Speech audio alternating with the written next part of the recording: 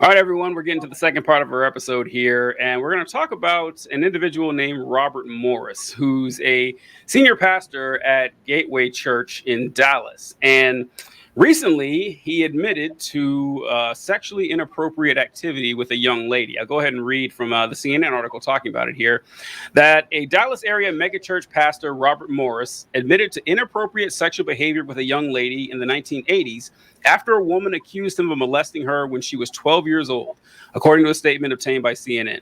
So the first thing that we talked about, I think Kayla, I sent this text out, and I mentioned that he referred to her as a young lady in the headline, and she was 12, which is, I mean, prison, like immediate prison for saying something like that. Anyone who refers to child.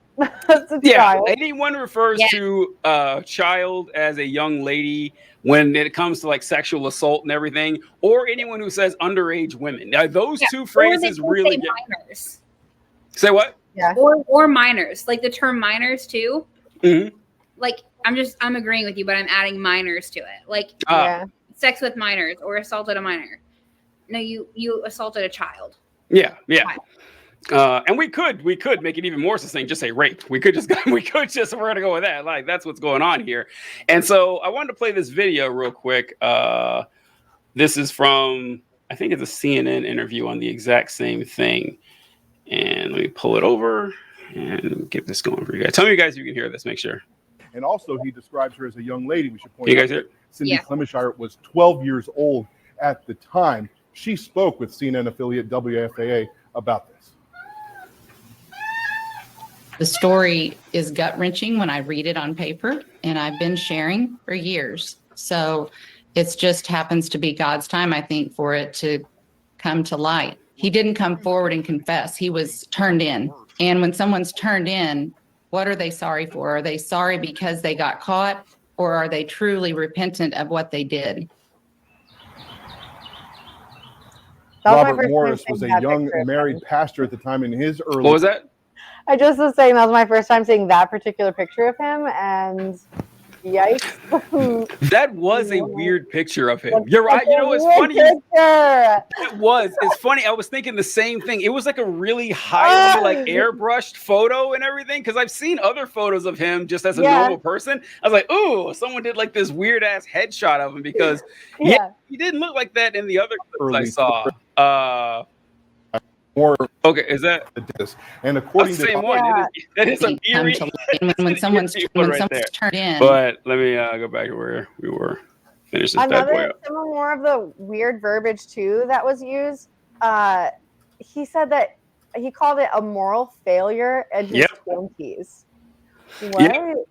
Yeah. Well, we were like, so his church like forgave him. And like apparently it sounded to me from the CNN article, or I think it was in this article. You're right. So what Kayla's talking about here, that he says, when I was in my early 20s, I was involved in an inappropriate sexual behavior with a young lady in a home where I was staying. It was kissing and petting, but not intercourse. How righteous of you, Mr. Morris. Right. Although I don't believe you, as we'll get to this later on. You're thrilled. But it was wrong. This behavior happened on several occasions over the next few years, the pastor said in his statement. Morris' behavior was brought to light in 1987 while he was a pastor at Shady Grove Church in Grand Prairie, which has since become one of Gateway Church's 11 locations. In March of '87, the situation was brought to light and it was confessed and repented of. I submitted myself to the elders of Shady Grove Church and the young lady's father. They asked me to step out of ministry and receive counseling and freedom ministry. I don't know what that means, which I did. Since that time, I have walked in purity and accountability in this area, Morris said in his statement, adding he and his wife have met with the survivor and her family in 1989. I asked their forgiveness, and they graciously forgave me, he said. Clemenshire told them that though her family forgave him, they never supported Morris returning to the ministry. I think leaders can get caught up and think it's our responsibility to protect God, and it's not. It's not our responsibility to protect the people, she said, and God is bigger than all of that. Yeah, so that that shook me. To know that like the whole So first of all, hold on. Let me just back this up with everyone. So it started when she was 12, 1982, right? And then it went on to 1987. So that's 5 years, right? So, and then in what, it said 1989, he reconciled with the family. So she was like 17. Am I doing that math right? She would have been 19 when he reconciled with her. Okay, so 19 when they did the reconciliation. Still doesn't have a fully developed frontal lobe. I just want to throw that out there. 25 if that happens again. And hey, Lila, can you let Scarlett in, babe? Sorry, my cat's like clawing at the door. I know how it is. So not even like a fully developed frontal lobe. And then obviously the church had some people in the church had some knowledge of what was going on. That had to have been like a high pressure, high stakes situation for her to feel like she needed to give forgiveness. And it sounds like in her interviews that she's still a Christian and she's still active in her forgiveness for him to a degree. But my point is now that if you're hearing if your preacher or your pastor is saying like, hey, I know from experience that you can rehab from something like that, that's a red flag. 100%. I don't know. And that's okay to be like to your friend or just to the person in the pew next to you, hey, I think that's the thing. Like that, I keep wondering, like, how did this happen? Even back in the 80s and back in the 90s, like there had to have been people in these congregations that were wondering, you know, is this an okay enough explanation, or, you know, what's going on here? And it was just that fear, even then, of like people going, hey, like, are you cool with this? Or is this giving you a weird feeling here? It's that, no, like, knock on your neighbor's door. Something's up. But I don't know. Your thoughts, Kai? I agree. I mean, I feel like this happens so often, and it's like, I don't know. I think I don't like it when churches are like, oh, we forgive them, everything's fine. No, it's not okay. It's absolutely not okay. And I feel like people want to give a pass. And I understand, like, as a Christian, I understand forgiveness. I understand, like, the Bible says forgive, turn the other cheek. I get it. But also you still have to be held accountable, and just saying, oh, they're repentant, they must, like, whatever. No, absolutely not. You still need to be held accountable. And I have seen firsthand where, I won't get into specifics. I've seen firsthand where there have been adults who have abused their power with teenagers, and there's leadership and adults in the church who are connected to law enforcement, and it all gets swept under the rug, and it doesn't become a thing, and they're not held accountable. And sure, you have to get up in front of the church and apologize, but like, are you actually sorry? Like what she said, like in the little clip we saw, are you sorry, or are you sorry you got caught? Because if you were sorry, you wouldn't have been found out. You would have repented about it. And well, they can't continue to like hold pastoral positions like that. That's the thing that not. Yeah, and like what's a whole other level to it? Like the lack of like you cool. Thank you for taking accountability. Okay, but like no, just absolutely not. Like if you're going like. It makes and what constitutes a mega church? The thing that they kept saying in the article too is that he's now a pastor of a mega church. What does that mean? Does anyone know exactly what that means? Like just a huge church? I'm just tired of seeing the church or churches give people who have hurt children a free pass. And it really pisses me off, and I don't feel like I have the words to articulate how angry it actually makes me. But I know that if you've done something like that, like, sure, you can ask for forgiveness, but you also have to be held accountable. Saying sorry isn't good enough. Yeah. To cover like this article too now, TJ? Like, do you know? Say again?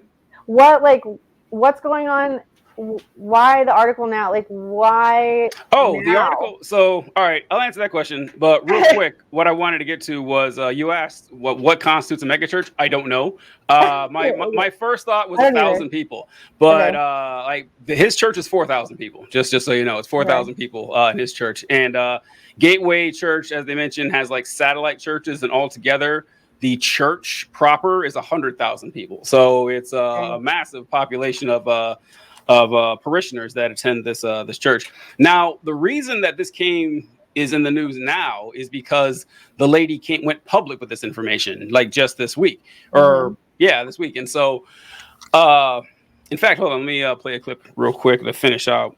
Well, I wanted to mention before I do that, you know what this reminds me of? What? Josh Duggar is what it reminds me of. It's very similar, and that you guys are talking about how it's not enough to just like say, "Oh, I'm sorry," and take accountability. Yeah, you're right, because this guy should be in prison, or at least he should have gone to prison back then. Like if you didn't hold the door for some old lady, you can ask for forgiveness. Like, yeah, right. Yeah. Well, just what happened between 1989 and now? How did you go from like out your pulpit having to confess to like petting a 12-year-old till she was 17 to a mega church? That is a megaton of people. Well, insane. I just have so many questions. So all right. So there's a twist here that I want. I think it's in this clip. Let me make sure. I'm going to share this with you guys, and I'm pretty sure they bring it up. Let me see. Robert Morris was a young married pastor at the time in his early 20s. That's what the twist was. From Gateway Church. But Gateway Church also put out a statement. I don't know if you guys caught that, but I'll go ahead and replay this for you. Married pastor? They did.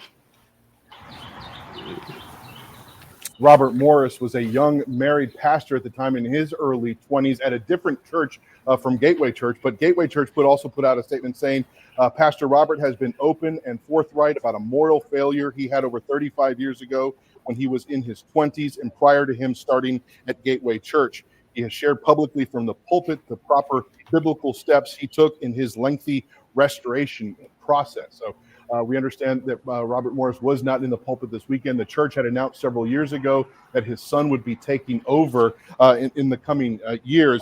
We can also point out that Robert Morris, as you mentioned, Sarah, that he worked on was part of Donald Trump's Evangelical Executive Committee back in 2016.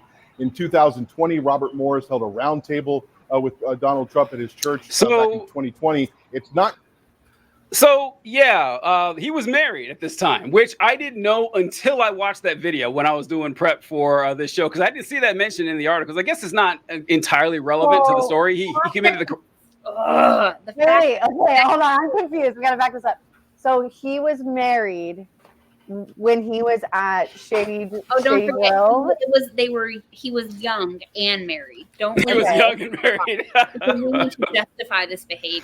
Right, I know. Like you guys said, the statement is insulting. The statement is fucking insulting. And it's even surely a misinformation. Because here's my thing: you committed a felony. It does not matter at what point you did it. Sure. Yeah. Your restoration process, fine, sure, whatever. He should be in jail. He should have to register on the sex offender list. It's not okay. And here we are trying to give. Well, he was young. Well, he was young and married. Well, it happened 35 years ago. Does it matter when it happened? No. Yeah, and I checked on this because that was my first thought. So before I get there, why I brought up Josh Duggar is, for those of you who don't know, Josh Duggar's situation was awful. This one is a lot worse because Josh Duggar was like 14 when his happened, and this guy was like a grown ass adult and married in his 20s and everything. But Josh Duggar, when he was like 14 or 15 years old, sexually molested his younger sisters, and so I think his dad took him to the sheriff. And the sheriff didn't file an actual report, but his dad said, well, what I'm going to do is I'm going to send Josh away to this camp for a year or something like that. And, he's going to, it reminded me of when Stacy was talking about the boys. The camps were probably like the ranch. Yeah. The boys' ranch. They didn't put you to work. What's the agape wasn't called agape. The home, we'll have to check the list, but yeah, they're always called camps or ranges or that. Yeah. And I imagine thanks to Calvary was pretty similar too, that we had when we were little. But so they sent this guy, said, okay, well, this guy just raped a child, a 12-year-old, I might add. And like, what's that, like 6th grade? And he's a grown adult, married. Now, I mean, I guess it's inconsequential to the actual crime, but it's just wild to think that. And so like not someone, like not some fucking kid who didn't know what he was doing. And so instead of turning this guy over to the authorities, instead of saying, wow, this guy is a sexual predator, he needs to go to jail, he needs to go to jail, he needs to be on the sex offender registry, all the stuff that you would do, instead, hey, I'm going to send him to do, carpentry. A restoration process is what. Yeah. And I'm just gonna have him do carpentry for a couple of years, come back and get right back in the church, And what you guys were talking about with church discipline, I thought about this too during that whole spiel. So I'm sure you guys saw this over the years, and whenever I remember people who were like teenagers, and they were fucking, and like the girl got pregnant or something, and they made like these 19, 20-year-olds, these 17-year-old kids, march them in front of the church where they had to confess the fact that they were, giving in to like primitive human desires that everyone has. And it's like, well, I guess we're bad people now. And now we have to suffer like the dagger stares and the judgment and the humiliation in front of hundreds of people as children, and maybe be kicked out of the church. That's what they do. And you have to get married, and then all those looks will subside because now you're married, so it's okay. You know what? Listen, I tell you. And you have to know what you're doing there. Just figure that out. Know what you're doing too. Know it. I remember this happening a couple of times, and even as a teenager, I was like, "That's that." Even back when I was like deep into this stuff, I was like, "Okay, that's stupid. That's stupid. Like you just made a mistake. You might be making process. It's not real. It is stupid. It's like it was probably like a very private, process. I don't know. Well, yeah, I'm getting there. It's like, but like the fact that you got someone pregnant and you get married, that's a mistake. Getting married after that could be a much bigger mistake. The fact that you got someone pregnant does not mean that's the person you're meant to marry. That's absurd. But yes, the restoration process, he didn't seem to have gone through like the important part of like apologizing to the church. He did going to jail.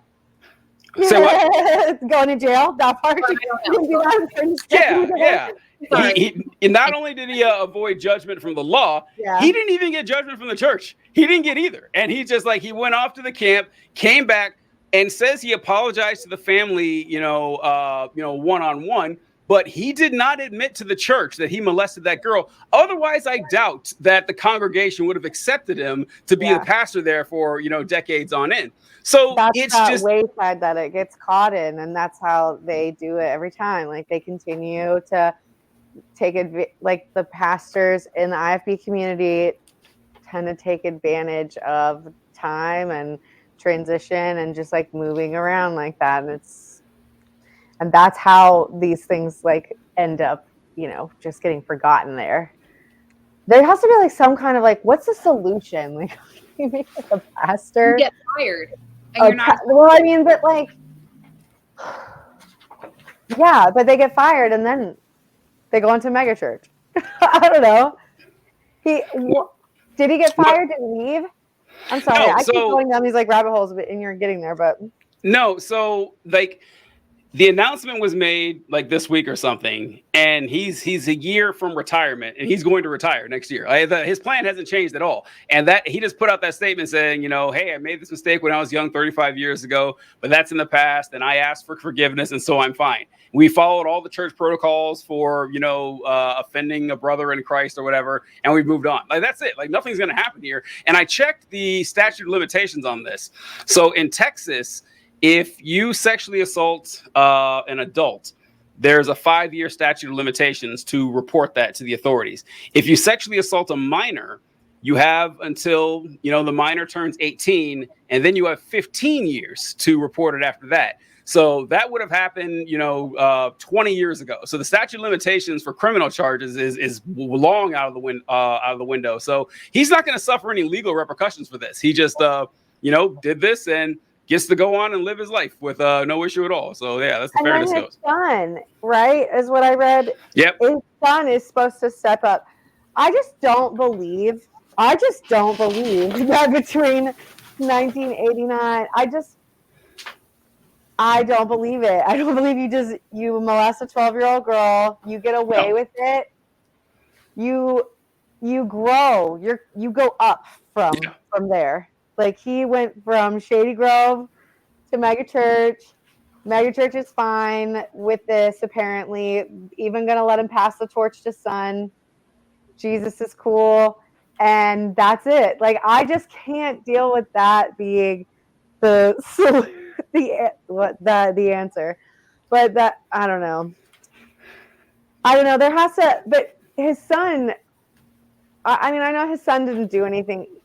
So his son doesn't get to be held accountable for dad's actions. But the history or the pattern that I've seen in like IFB is usually like the apple doesn't fall far from the tree. So I don't know, as a church, like I would just hope that these people are like asking questions. How well do we know son? I mean, how well do we know pastor? Are you guys leaving your kids alone with them? I don't know. I just have a lot of questions for that congregation.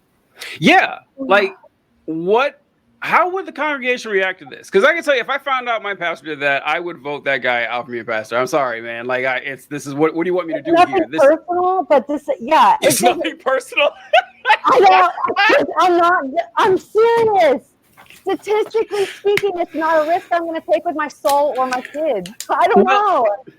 Well, and like you were saying, Kayla, that you don't just do this, once at 25 and then stop. I guarantee there's more girls out there, or boys. I mean, I guarantee there's more out there.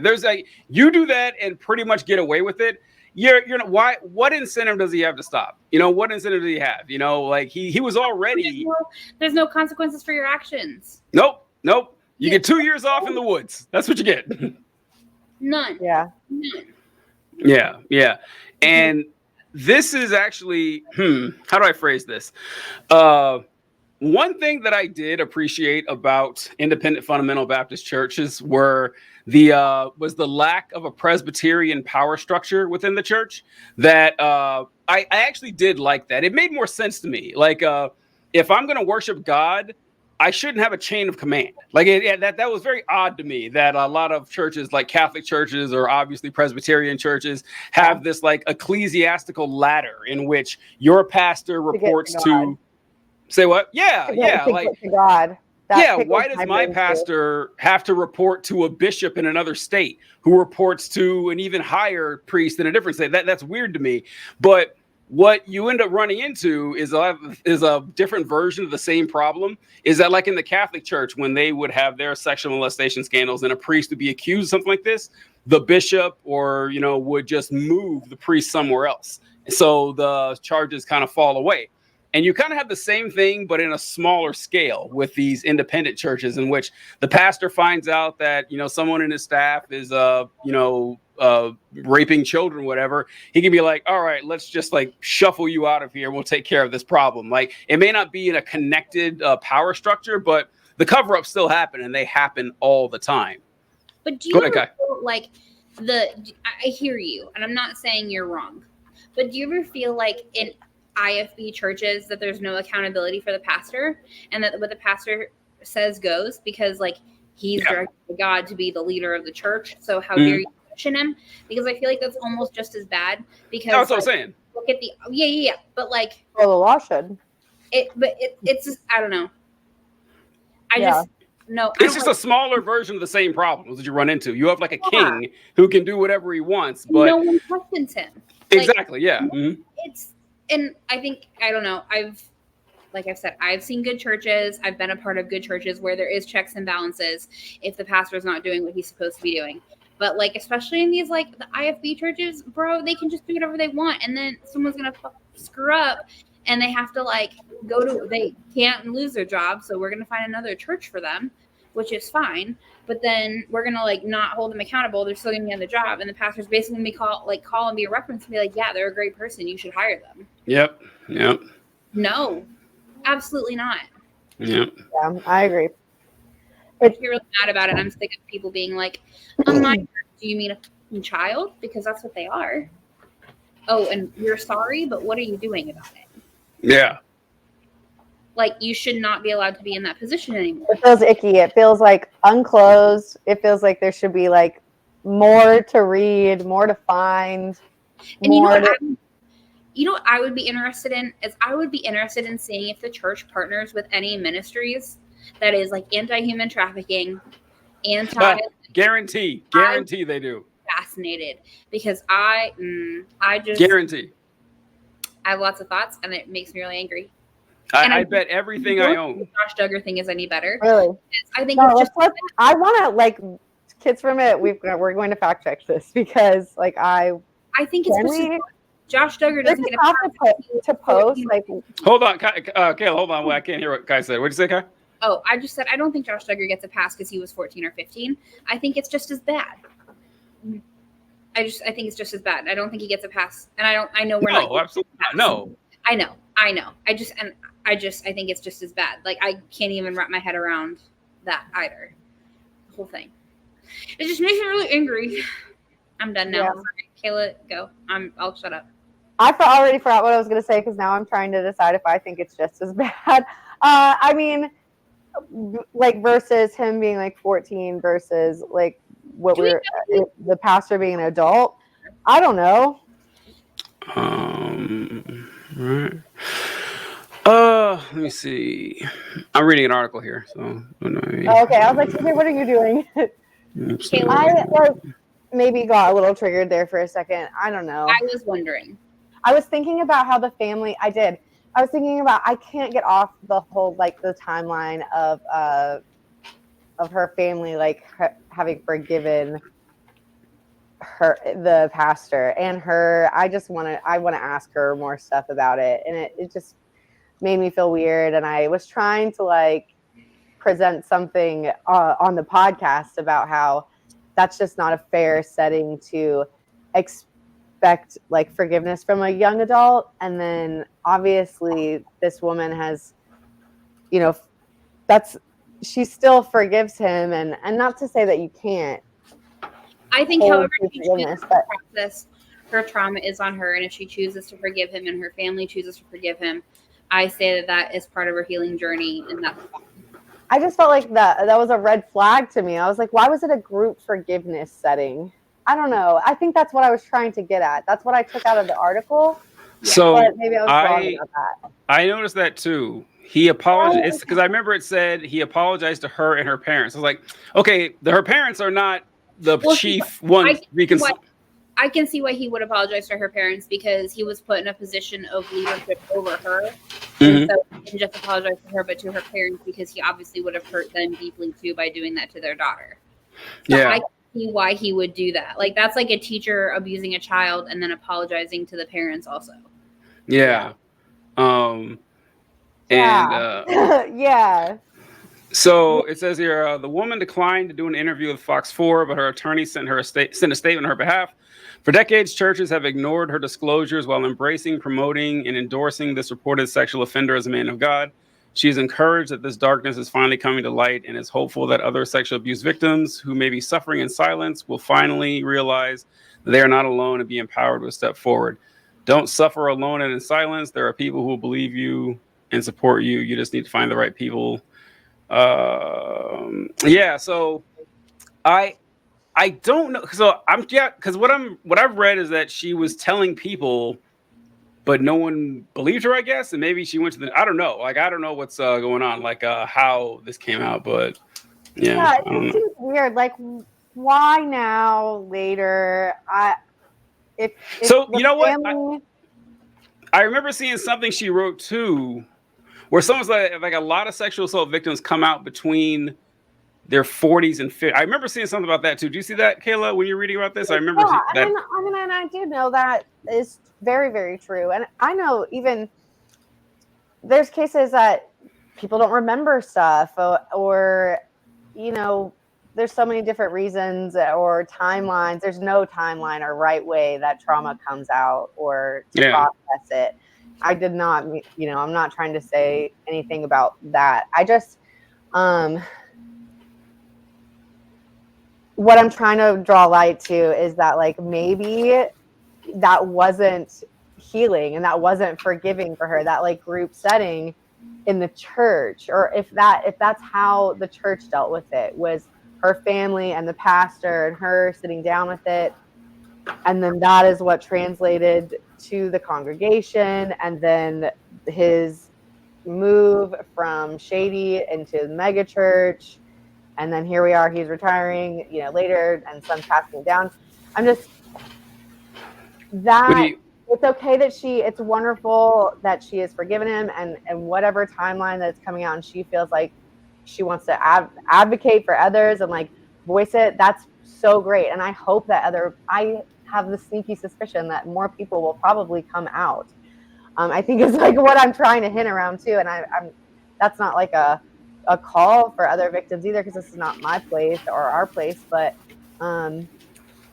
that's a brave thing to do. So good for her. But for the congregation or the people that are like trying to figure out what happened or what to make sense of it, or, you know, how it translates to who they're leaving alone with their children and all that stuff, you have to ask all those questions. Like, what was that setting like when the restoration process happened, the forgiveness was given? Like, we're talking in the 80s too, you know, 20 years ago. So different political climate, different all kinds of things. So Kayla, I want to point out that you did the very millennial thing of referring to the 80s as 20 years ago. I just want to point that out, that it was 40 years ago. I want to remind you all that the 80s were 40 years ago, just so you guys know. Yes, it's not 20.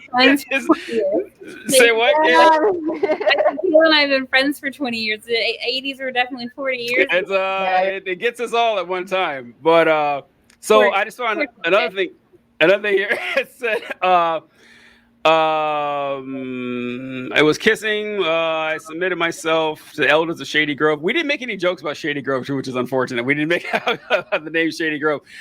They asked me to step out of ministry. Since that time, I've walked away in purity. So the victim, Clementure, says she told her story for years and tried to sue Morris in 2005, but her actions did not generate much attention. She says a pastor recently advised her to share her story with the Wartburg Welch. I remember. Watch. And so I remember seeing that name of that publication, the Wartburg Watch, a blog which calls attention to instances of alleged sexual abuse in church, and the website published her account on Friday. So that's how she was pushed forward. She was encouraged by a pastor, and that's news too, that she tried to sue him in 2005. I don't know what that lawsuit would have been, and damn, that would have been just after the statute of limitations ran out too, because it would have run out in. Oh, wait, no, that would have been that year. Because like 1988, she would have been 18. So 2003 is when it ran out. So, yeah, that's why it was. Oh, yeah, it was on Christmas, too. Did we read that when it started? Yeah. The abuse allegedly began when Morris was already married and working as traveling evangelist. The pastor in his early 20s became Clemence's family friend, stayed with the family when he preached at the Oklahoma congregation. On Christmas in 1982, he asked the child into his room, groped her breast and genitalia. He said the sexual contact escalated to rape by instrumentation over the following 5 years. People should not be able to do this to children or to adults and get away with it. Morris was pastoring Shady Grove Church. Yeah, it's no shot. This is his only victim. Like no chance whatsoever. Yeah, so hopefully more people do come forward with that. So, real piece of shit. Yeah, all right. But it goes to show that there's a reason that we are doing this podcast. Oh, yeah. Like, there's a reason that we're trying to talk about this stuff. It is relevant. It's well, we can get multiple of these every month. That's true. I mean, we wouldn't be hard to find. I wasn't looking for this. I just stumbled across